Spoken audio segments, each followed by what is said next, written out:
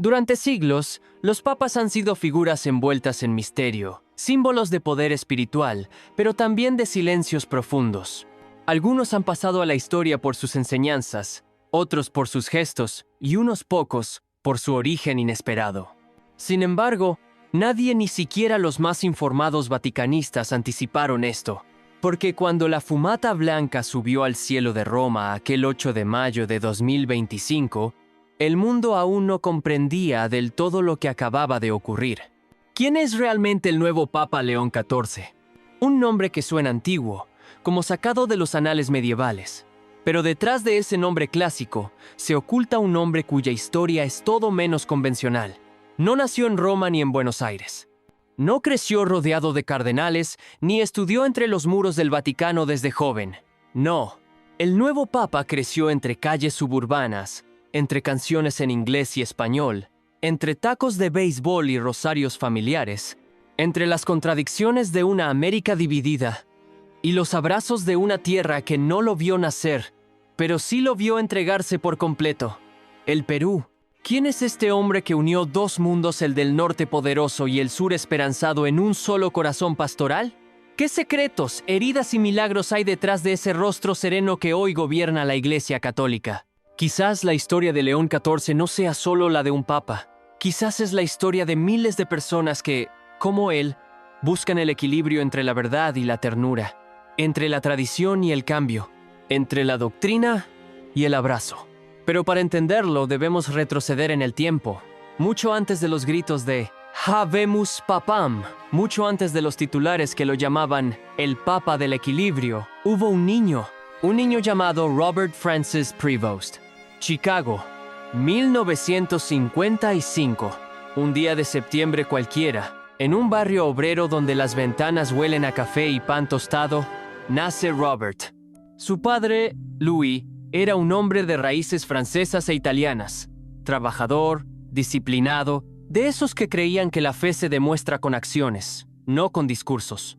Su madre, Mildred Martínez, era hija del Caribe hispano, descendiente de un dominicano que había cruzado el mar con la esperanza como única herencia. Ambos católicos, ambos tercos en sus creencias, y ambos, sin saberlo, estaban formando a un futuro líder espiritual. En casa, el pequeño Robert no jugaba a ser astronauta ni superhéroe, jugaba a decir misa. Junto a sus hermanos Louis y John, improvisaban altares con cajas de cereal y velas de cumpleaños. Su voz infantil imitaba a los curas de su parroquia local, mientras su madre aplaudía discretamente desde la cocina. Desde entonces, algo en él parecía distinto, como si ya supiera que su camino sería otro. Pero no era un niño aislado, participaba en el coro, era monaguillo, ayudaba en la comunidad. A esa edad, muchos sienten que Dios está muy lejos. Para Robert, Dios estaba en la mesa, en la escuela, en el silencio, antes de dormir, en todo. Lo que pocos saben es que su vida no fue fácil. Vivir en una familia inmigrante en medio del racismo de los años 60 no era cómodo. Aprendió desde pequeño a traducir culturas, a vivir entre códigos distintos. En casa se hablaba español, en la calle, inglés, en la iglesia, latín. Crecer así no solo le dio lenguas, le dio puentes, le enseñó a conectar. Y esa capacidad sería la clave de todo lo que vendría después. Porque Robert no se quedó en su zona de confort, no se encerró en la fe como quien se esconde. La abrazó como quien quiere compartirla. Estudió matemáticas y filosofía, enseñó física a jóvenes en Chicago, y aún así no dejaba de sentir que algo lo llamaba, algo más profundo, más radical. Un día, sin aviso, lo dejó todo. Ingresó al noviciado agustino. Abandonó su ciudad, sus planes académicos, incluso su posible carrera profesional, no por debilidad, sino por amor. Un amor que aún no entendía del todo, pero que lo impulsaba como un río subterráneo imposible de detener. Y así comenzó su verdadera transformación. ¿Quién es realmente el Papa León XIV? Todavía no lo sabes, pero te prometo que lo que viene te sorprenderá. Perú, tierra de contrastes, de cordilleras que tocan el cielo y desiertos que susurran secretos antiguos. Allí donde la fe se mezcla con la tierra y los santos son tan cercanos como los vecinos. Fue en esa geografía sagrada, entre pobreza material y riqueza espiritual, donde Robert Prevost encontró su verdadero rostro. Corría el año 1985, cuando, siendo ya sacerdote, fue enviado como misionero a Chulucanas, en el norte del Perú. Pocos en su comunidad comprendieron su decisión. ¿Por qué tú? ¿Por qué allá?, le preguntaban. Pero él no necesitaba muchas palabras. Sabía que no iba a cambiar al mundo, sino a dejarse cambiar por él. Lo que encontró allí no fue fácil. Caminos de barro, niños descalzos, familias que lo daban todo sin tener nada. La catedral local apenas tenía luz, los archivos diocesanos estaban en desorden y los sacerdotes escaseaban. Y sin embargo, en ese caos encontró orden. En la carencia, descubrió plenitud.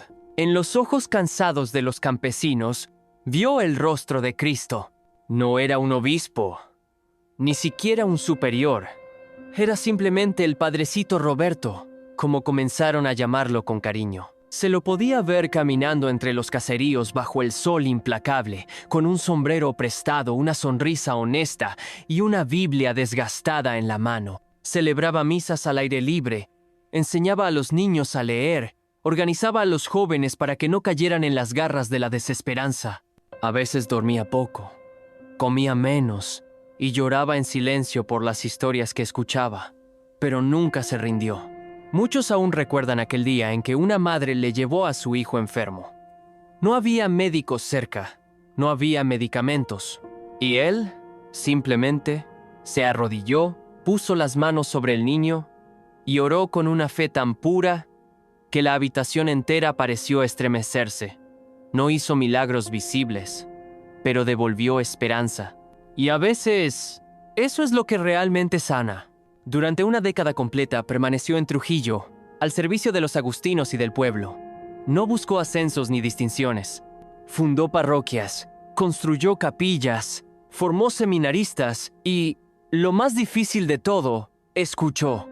Escuchó a las viudas, a los presos, a los jóvenes confundidos, a los políticos desilusionados, a las mujeres que lo perdían todo por amor.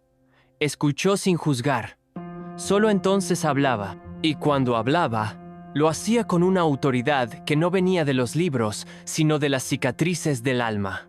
No era elocuente como un conferencista, ni imponente como un jerarca, pero tenía algo que el mundo necesita más que nunca: coherencia. Era el mismo en público que en privado. El mismo en el púlpito que en la cocina de alguna familia pobre que lo invitaba a comer arroz con huevo y una sonrisa. Fue esa coherencia la que hizo que lo eligieran como prior general de toda la Orden de San Agustín. Desde Roma, dirigió la vida de miles de frailes en todo el mundo.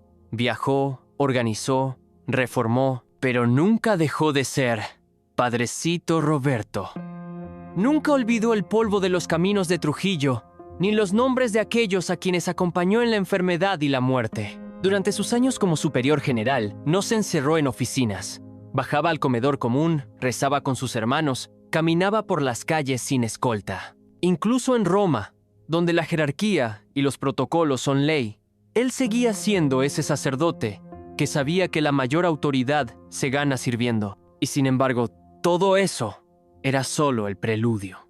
Porque una mañana de 2014, mientras se encontraba en Chiclayo, Perú, recibió una llamada que lo haría temblar. Era del Vaticano. El Papa Francisco lo necesitaba, el mismo que años atrás lo había escuchado hablar con pasión sobre la iglesia misionera, el mismo que veía en él algo que pocos sabían nombrar, pero todos sentían. Lo nombraron administrador apostólico de la diócesis, y luego obispo, un extranjero convertido en pastor del pueblo.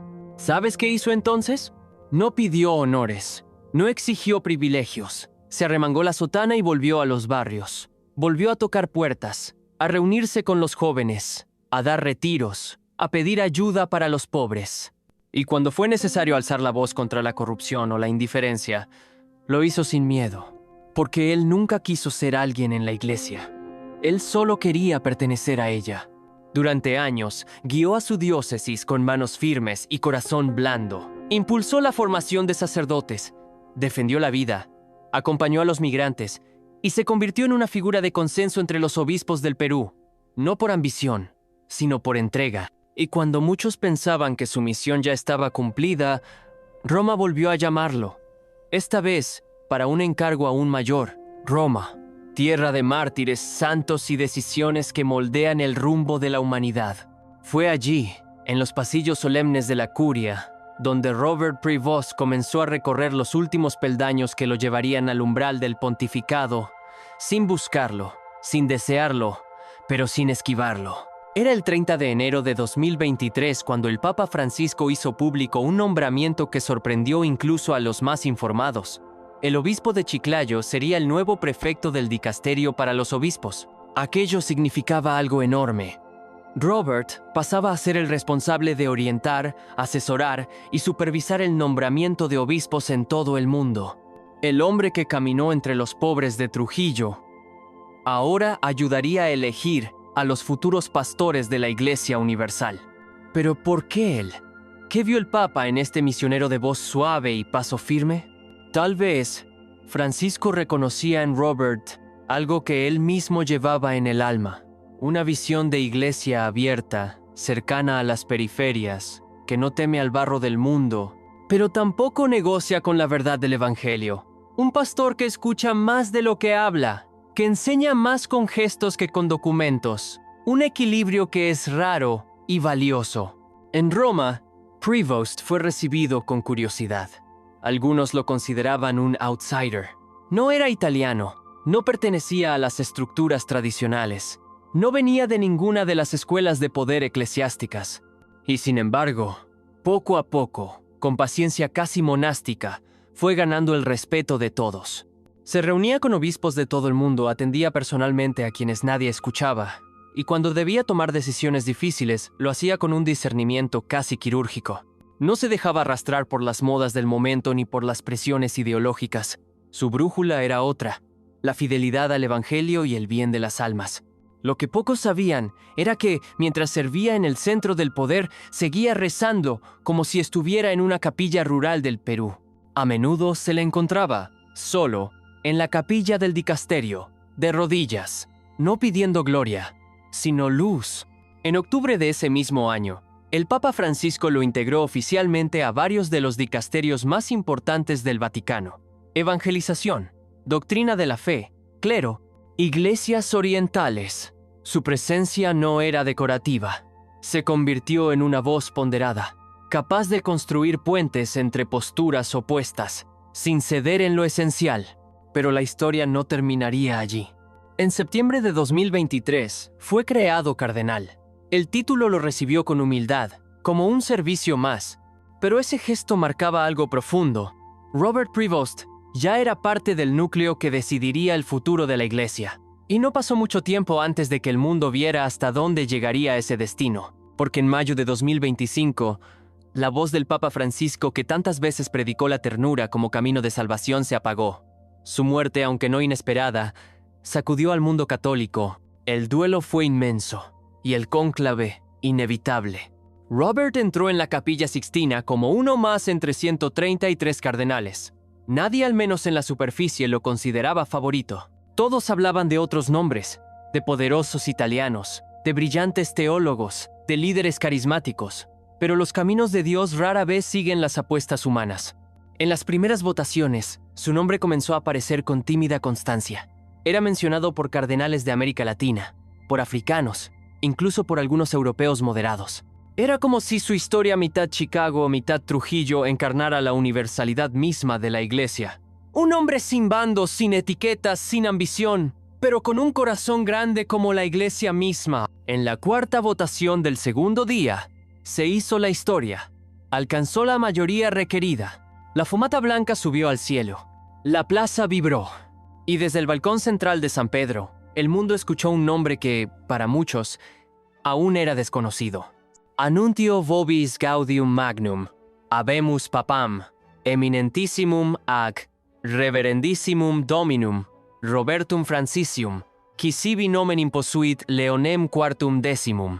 El nuevo papa se presentó ante el mundo con una voz serena, pero emocionada. No leyó un discurso, no improvisó una homilía. Solo dijo, en italiano primero, y luego en español, «La paz esté con ustedes». Y a mi querida diócesis de Chiclayo, Gracias por enseñarme a ser pastor. Un papa norteamericano con alma peruana. Un agustino, fraile de comunidad, sentado ahora en el trono de Pedro. Un hombre de ciencia y oración, de gobierno y ternura. Pero, ¿por qué eligió el nombre de León XIV? El nombre de un papa no es un detalle menor.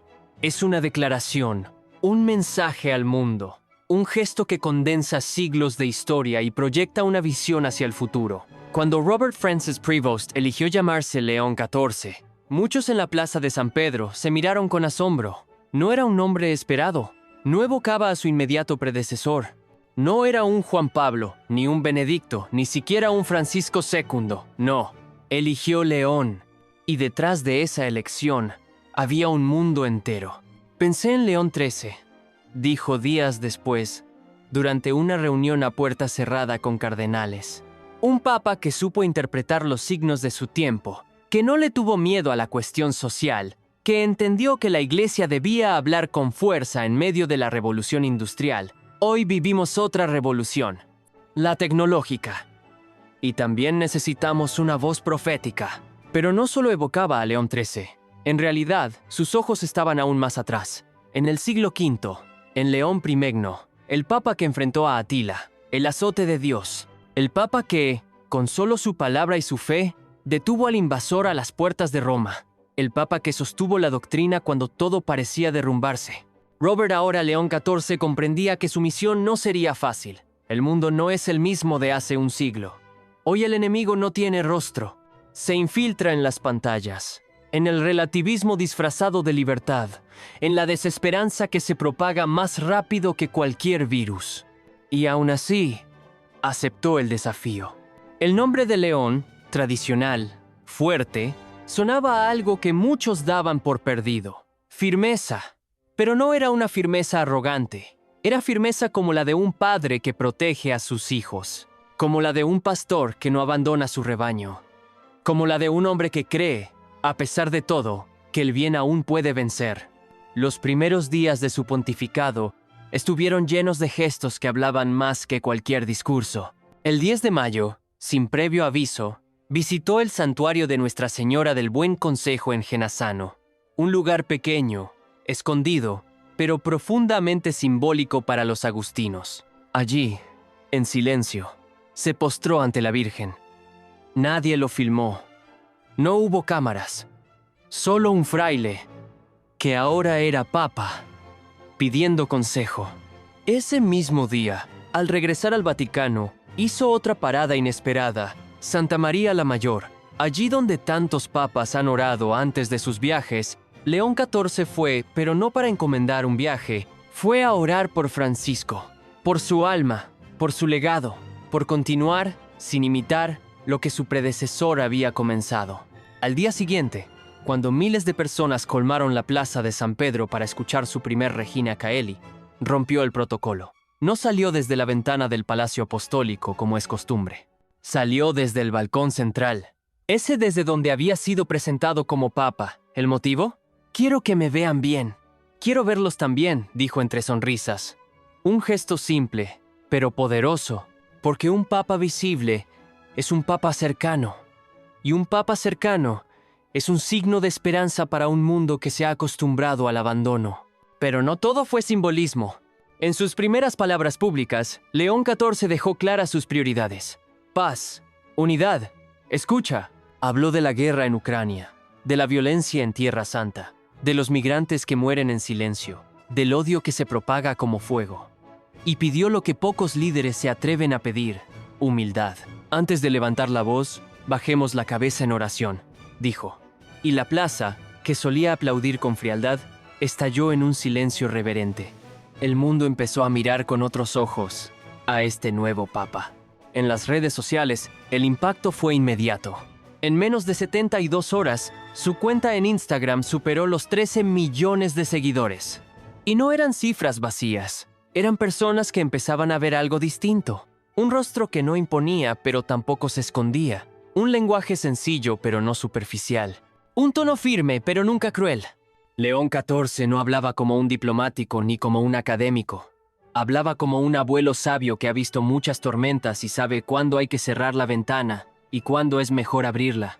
Pero si alguien pensó que este nuevo papa se limitaría a gestos simbólicos, pronto se llevaría una sorpresa. Porque una cosa es predicar y otra gobernar. Y León XIV, aunque lleno de ternura, venía también con una determinación silenciosa, la misma con la que organizaba diócesis pobres en Perú, la misma con la que reformó la vida de su orden, la misma que ahora aplicaría al gobierno de la Iglesia Universal. Gobernar la Iglesia no es como administrar una empresa. No basta con ser eficiente. No es solo tomar decisiones.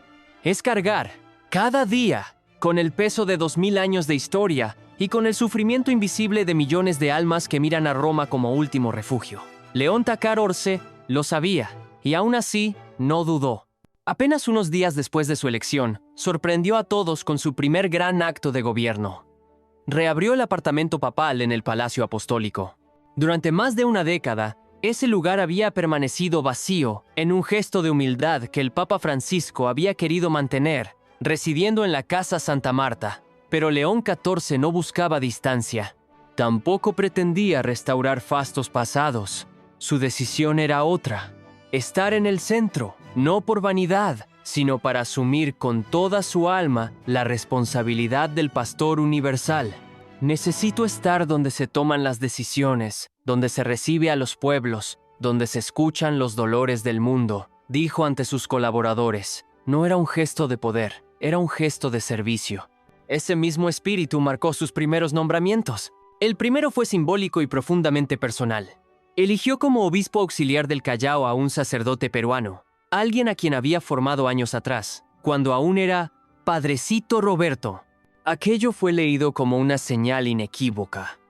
El nuevo papa no olvida sus raíces, no olvida los rostros, no olvida los nombres. Pero luego vinieron decisiones más audaces. Incorporó mujeres como consultoras permanentes en 3 dicasterios clave.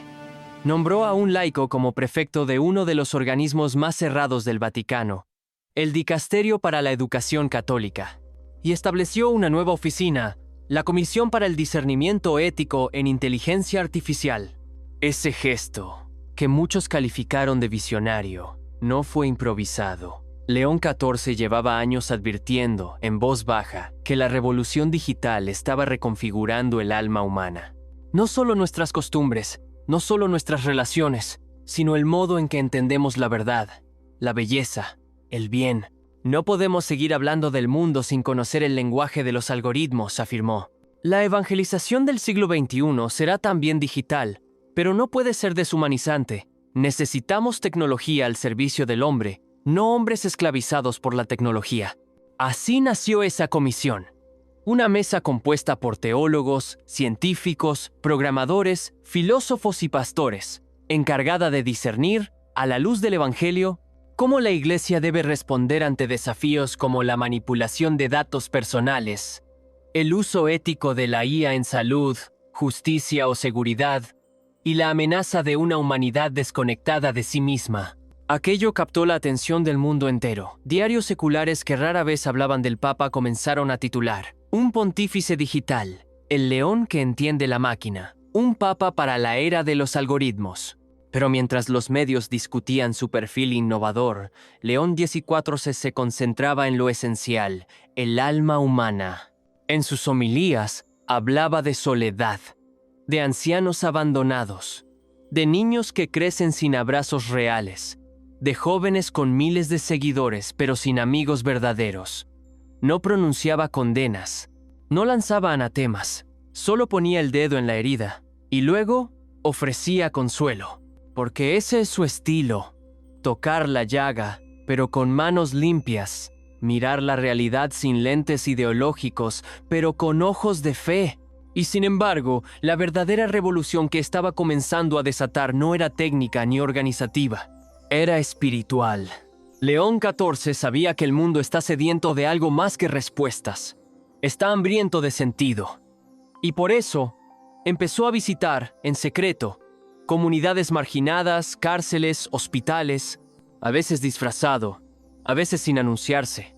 Volvía con lágrimas en los ojos y al día siguiente Hablaba de lo que había visto, no desde la teoría, sino desde la experiencia. Vi a un joven preso que tatuó un rosario en su pecho.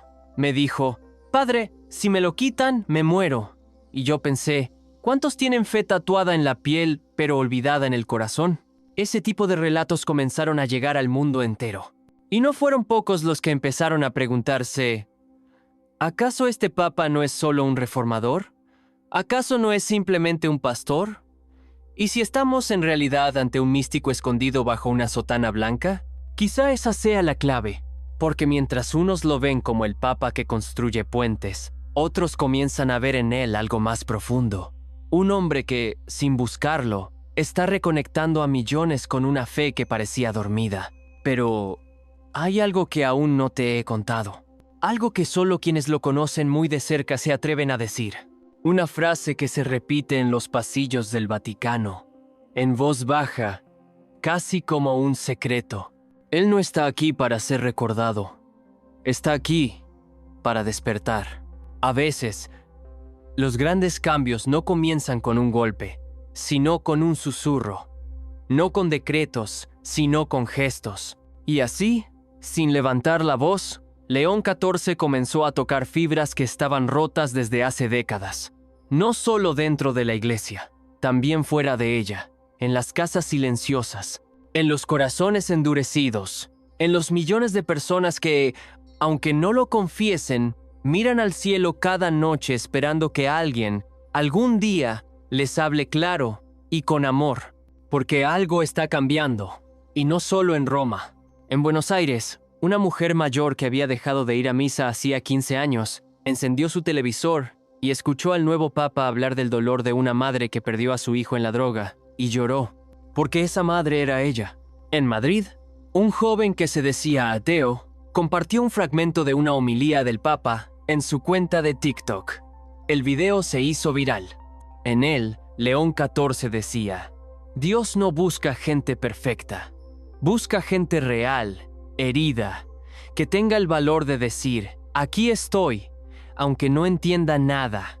En una cárcel de Medellín, varios internos pidieron bautizarse después de escuchar una meditación grabada del Papa, hablando sobre la misericordia que no juzga, sino que espera. Uno de ellos, condenado por homicidio, dijo, «Este hombre no me habla de religión, me habla de mi alma, y la mía quiere volver a casa». ¿Qué está ocurriendo? Muchos analistas tratan de explicarlo con datos, encuestas, estudios sociológicos, pero lo cierto es que hay algo que escapa a las métricas. Un despertar, no masivo, no espectacular, pero real, profundo, doloroso, incluso, como cuando alguien vuelve a sentir, después de años anestesiado. León XIV no es un papa que te impresione con palabras grandilocuentes, pero sí te desarma con frases que parecen sacadas del fondo de tu propio corazón. Dijo, por ejemplo, en una audiencia, «La iglesia no es un museo de santos, es un hospital de campaña para heridos. Y si tú estás herido, entonces este es tu lugar». Esas palabras no solo resuenan en católicos practicantes, resuenan en divorciados que se sienten juzgados, en madres solteras que se alejaron por vergüenza, en jóvenes que crecieron con más miedo que fe, en hombres que se perdieron en el ruido del dinero, la adicción, la desesperanza. Y es que León XIV no predica una doctrina light, no diluye el evangelio, no negocia con la verdad, pero la presenta de un modo que no condena, sino que abraza. Dice, no cambies para que Dios te ame, acércate y Él te cambiará. Ese matiz lo cambia todo, porque durante años muchos sintieron que la iglesia les decía, cambia, corrígete, conviértete, y luego te abrimos la puerta. León XIV hace lo opuesto. Abre la puerta y te espera adentro. Quizás por eso ha comenzado a recibir cartas de todas partes del mundo, algunas desgarradoras, otras inocentes, pero todas llenas de una misma súplica. Gracias por hablarnos como si fuéramos hijos, no enemigos. Una niña de Honduras le escribió, mi papá está preso, pero yo rezo por usted porque mi abuela dice que usted es como un abuelo bueno del mundo entero. Un joven en México le envió un dibujo. Era el Papa, con una capa de superhéroe, volando sobre una ciudad gris. Abajo, un cartel: Tú nos cuidas. Un anciano en Alemania, que llevaba 40 años sin confesarse, escribió una sola frase: Hoy volví, no a la iglesia, a mí mismo. Este es el verdadero cambio. No es un papa que busca multitudes. Es un papa que busca a cada uno. Y eso se nota también en los silencios. A veces, cuando celebra misa, se detiene. Cierra los ojos. Guarda unos segundos de silencio que parecen eternos. No es olvido, es respeto. Es dejar espacio al espíritu. Es permitir que el corazón hable sin palabras. Y en esos silencios, muchos escuchan, por primera vez en años, algo que habían olvidado, que Dios no grita, susurra, y que quizás en ese susurro está todo lo que siempre hemos buscado. Pero no todos lo entienden, ni todos lo aceptan, porque cada vez que se alza una voz nueva, hay quienes intentan silenciarla. Toda luz proyecta una sombra, y en el caso de León XIV, esa sombra no tardó en aparecer. Desde los primeros días de su pontificado, mientras miles lo aclamaban por su cercanía, por su humanidad, por su capacidad de tocar corazones sin levantar la voz, otros comenzaban a murmurar. No en las plazas, en los pasillos, en los despachos, en los medios conservadores, en los foros internos de la iglesia donde, desde hace años, se libra una batalla silenciosa entre dos visiones del catolicismo. Una que se aferra al ayer como único refugio y otra que quiere correr hacia adelante sin mirar atrás. León XIV no está con ninguno de los dos extremos, y ese es su pecado. Demasiado pastoral, lo acusan algunos. No habla lo suficiente de doctrina, dicen otros. Demasiado blando con los que se alejaron. Demasiado moderno con los medios. Demasiado ambiguo en ciertos temas. La lista crece como una sombra que intenta tapar el sol justo cuando más brilla. Y sin embargo, él no responde con comunicados, ni con excusas. Responde con actos. Una mañana, se supo que había visitado en secreto a un grupo de sacerdotes ancianos, olvidados por sus diócesis. Muchos de ellos, marginados por errores del pasado o simplemente por haber caído en el anonimato. León XIV se sentó con ellos, escuchó, lloró. Y al final de la reunión, uno de ellos dijo: «Ahora puedo morir en paz. El Papa me escuchó». Otro día, se descubrió que había pedido una lista de diócesis donde los seminaristas estaban abandonando en masa la vocación. Quería llamar uno por uno, no para reprenderlos, sino para preguntar: ¿qué te dolió? ¿Quién te falló? ¿Cómo puedo ayudarte? ¿Eso es ser blando o es ser padre? Incluso en las discusiones doctrinales más intensas, como la del rol de la mujer en la iglesia, León XIV ha mantenido una postura clara, sí al discernimiento, no a la confusión.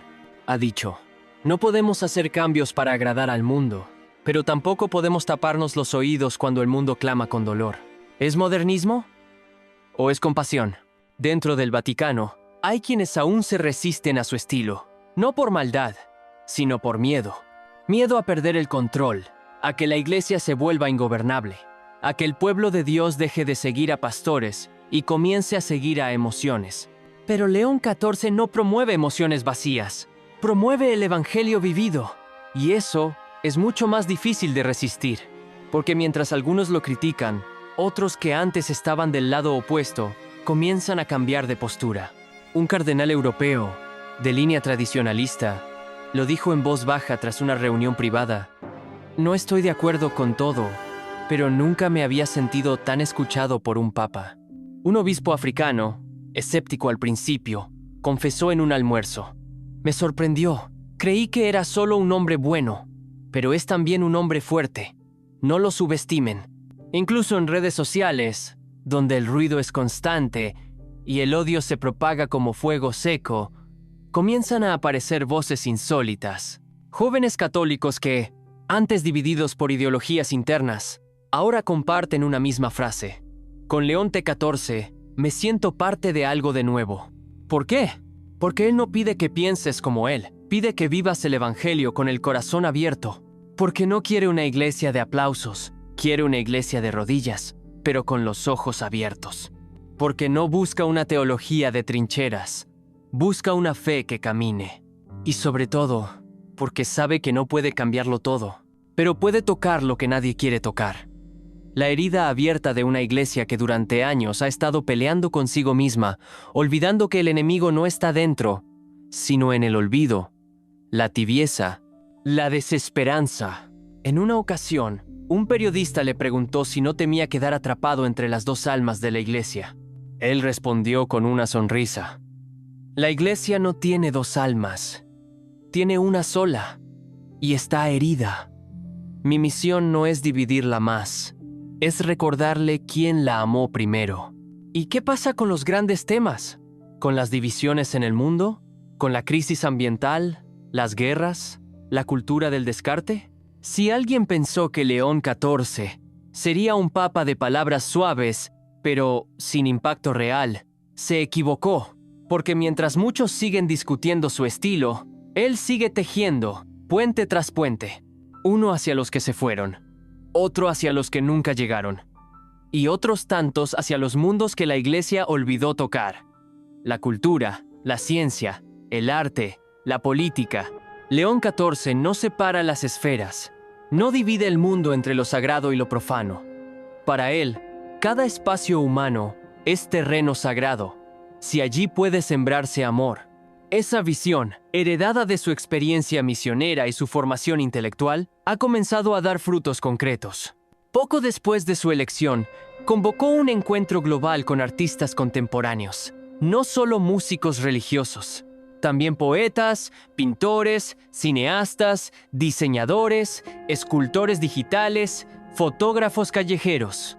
No quiero que me canten lo que ya sé, quiero que me cuenten lo que sienten, les dijo, y les pidió algo radical, que le ayuden a traducir la fe al lenguaje de las heridas modernas. De ese encuentro nació una propuesta inédita, una colección de obras inspiradas en las bienaventuranzas, reinterpretadas desde los márgenes del mundo. Una exposición que recorrerá 5 continentes y que incluirá testimonios de migrantes, presos, ancianos abandonados y jóvenes en recuperación. No es un museo, es un clamor, pero el arte no fue su única vía de acción. León XIV también convocó en pleno Vaticano a un foro mundial sobre el uso ético de la inteligencia artificial. No era un simple evento protocolar. Fue una mesa de diálogo donde cardenales, filósofos, técnicos de Silicon Valley y campesinos africanos compartieron la misma silla. Su premisa fue clara: si una herramienta no sirve al ser humano, entonces no sirve al reino de Dios. De allí surgió el Manifiesto de Roma sobre la tecnología con dignidad, firmado por representantes de múltiples religiones, gobiernos y empresas. Un llamado urgente a poner límites éticos al desarrollo sin alma. León XIV no firmó como papa, firmó como hombre, y al hacerlo dijo: no hablo por mí, hablo por los que aún no nacen, y ya están siendo afectados por lo que hoy decidimos. En educación, impulsó un nuevo modelo de formación para seminaristas, que incluye prácticas obligatorias en hospitales, escuelas rurales y centros de atención a discapacitados. No quiero curas que reciten fórmulas, quiero hombres que sepan llorar con los que sufren, explicó. En cuanto a política internacional, ha sido una figura activa pero prudente. Ofreció al Vaticano como mediador entre Ucrania y Rusia. Envió emisarios a dialogar con gobiernos que no se hablan. Y en un discurso ante la ONU, pronunció una frase que quedó grabada en la historia diplomática: si un niño muere de hambre en un planeta que produce exceso de alimentos, entonces no tenemos crisis económica, tenemos una crisis de alma. Pero quizás el gesto más poderoso fue también el más silencioso. En julio de 2025, León XIV hizo algo que ningún papa había hecho. Viajó en secreto, sin cámaras ni comitiva, a un campo de refugiados en África. Allí, se sentó en el suelo con un grupo de mujeres desplazadas por la guerra. Nadie lo reconoció al principio.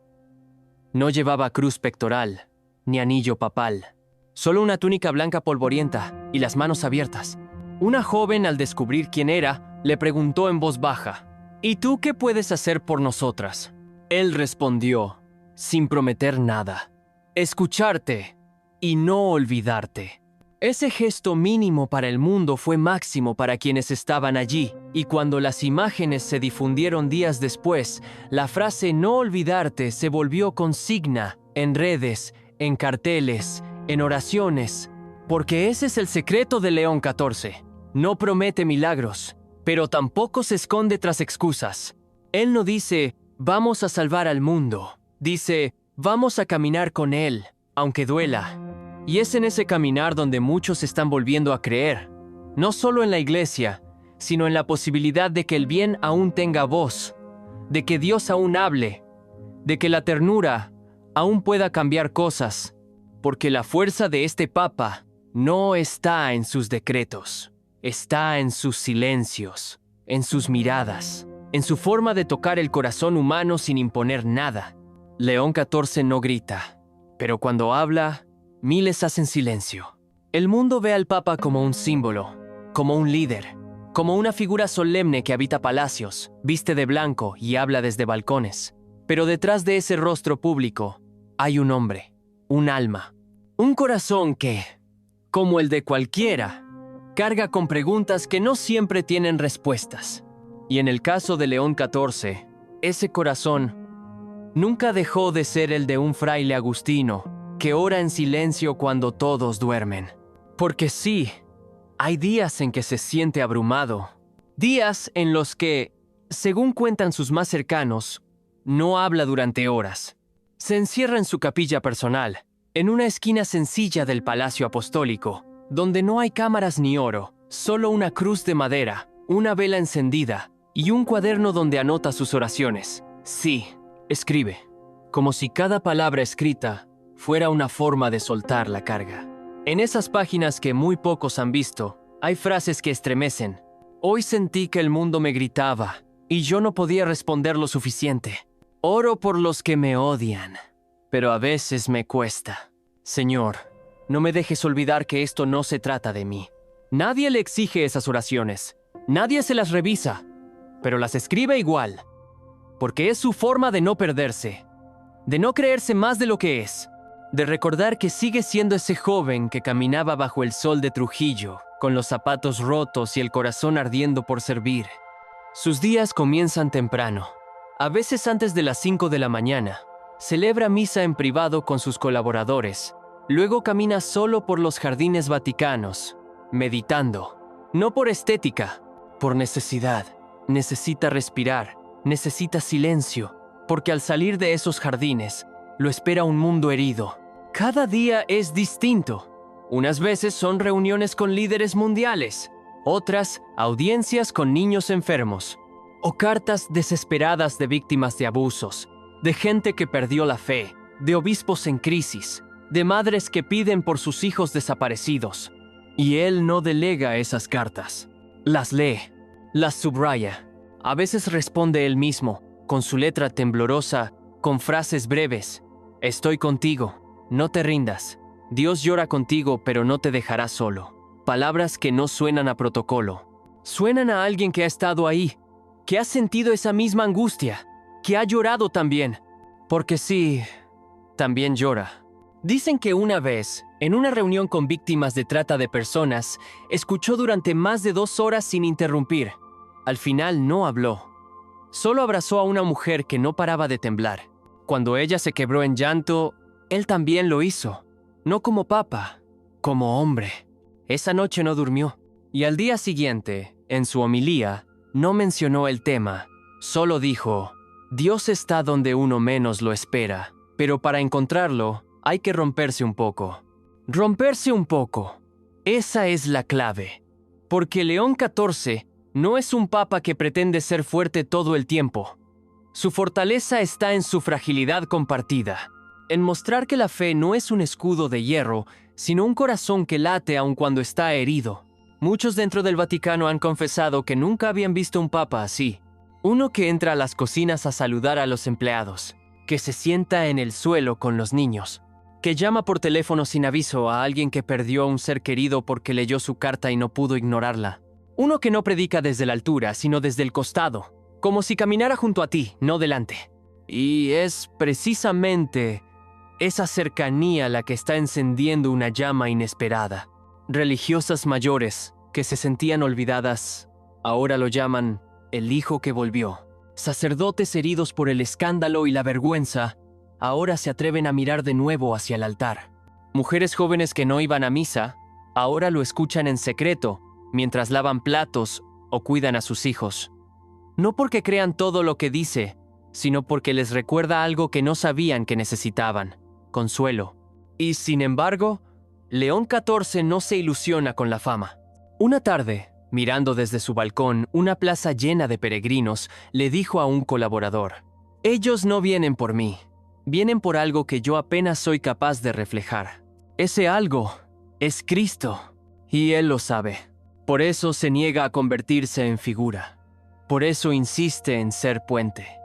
Por eso, cuando lo aplauden, baja la mirada. Porque en el fondo, solo quiere una cosa: que la gente no lo siga a él, sino a aquel que lo llamó desde un barrio humilde de Chicago hasta el trono de Pedro».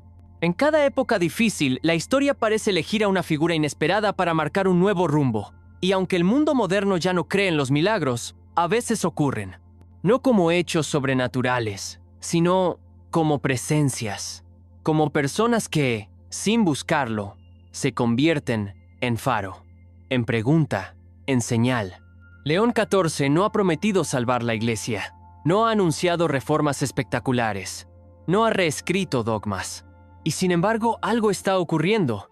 En las calles de Roma se escuchan conversaciones que antes no existían, taxistas que citan frases del Papa, jóvenes que organizan encuentros de oración sin micrófonos ni pantallas, obispos que vuelven a llamar a sus sacerdotes uno por uno, no para exigirles estadísticas, sino para preguntarles si están bien. Es como si una conciencia dormida hubiera comenzado a despertar, como si, en medio del ruido, alguien hubiera logrado encender una chispa que nadie esperaba. ¿Y qué hizo él? ¿Cuál fue su estrategia? Escuchar, tocar lo real, romper el molde sin romper la unidad, caminar sin prisa, pero sin pausa. Recordarle a todos que el Evangelio no es una ideología, es un encuentro. Y que la Iglesia, si quiere sobrevivir al siglo XXI, no necesita gritar más fuerte. Necesita amar más profundamente. Ese amor profundo, silencioso, exigente, es el que él predica cada día. No desde la arrogancia del que se cree superior, sino desde la humildad del que sabe que todo le ha sido dado. Él no finge saberlo todo. A veces incluso confiesa no tener respuestas. Pero ahí, justo ahí, es donde muchos se encuentran con Dios. Porque este Papa no ofrece recetas, ofrece camino. No dicta soluciones, invita a caminar juntos. No levanta muros, abre puertas. Y eso, en un mundo fragmentado, polarizado, crispado, es una revolución. Una revolución sin pancartas, sin banderas, sin gritos, solo con gestos, con lágrimas, con un modo nuevo de mirar. León XIV no es un papa del espectáculo, es un papa del alma. Un pastor que no está interesado en titulares, sino en corazones. Un hombre que ha sido colocado en lo más alto y ha respondido bajando al nivel de todos. Y quizá por eso su historia resuena tanto. Porque no se trata solo de lo que ha hecho, sino de lo que representa. Una nueva forma de ser líder. Una forma que no busca dominar, sino comprender. Que no se apoya en la fuerza, sino en la fe. Y mientras el mundo sigue su curso con sus guerras, sus avances tecnológicos, sus crisis morales y sus noches oscuras, hay algo en la figura de León XIV que permanece. Una paz, una convicción tranquila, una voz que sin gritar se escucha en todos los idiomas, una presencia que, aun sin milagros visibles, parece traer de vuelta lo que muchos habían perdido, la esperanza. Porque al final, esa es su mayor obra. No las reformas, no los documentos, no los viajes, sino haberle recordado al mundo, con su vida entera, que aún es posible creer, que aún es posible amar, que aún es posible caminar con fe, aunque todo parezca en ruinas, y que, a veces, cuando todo parece perdido, Dios susurra al oído del mundo con voz de fraile, acento peruano, alma americana y corazón universal. ¿Quién es realmente el Papa León XIV? Ahora lo sabes, pero quizá solo estés empezando a comprenderlo. Y quizás, solo quizás, Este video no era para contar su historia, sino para ayudarte a reencontrar la tuya. Porque detrás de cada gran papa hay una llamada silenciosa. Una voz que te dice, tú también, en tu rincón, con tu historia, con tus heridas, tú también puedes encender una luz. Gracias por llegar hasta aquí. Ahora apaga la pantalla y escucha lo que Dios quiere decirte en el silencio, porque el verdadero mensaje aún no ha terminado.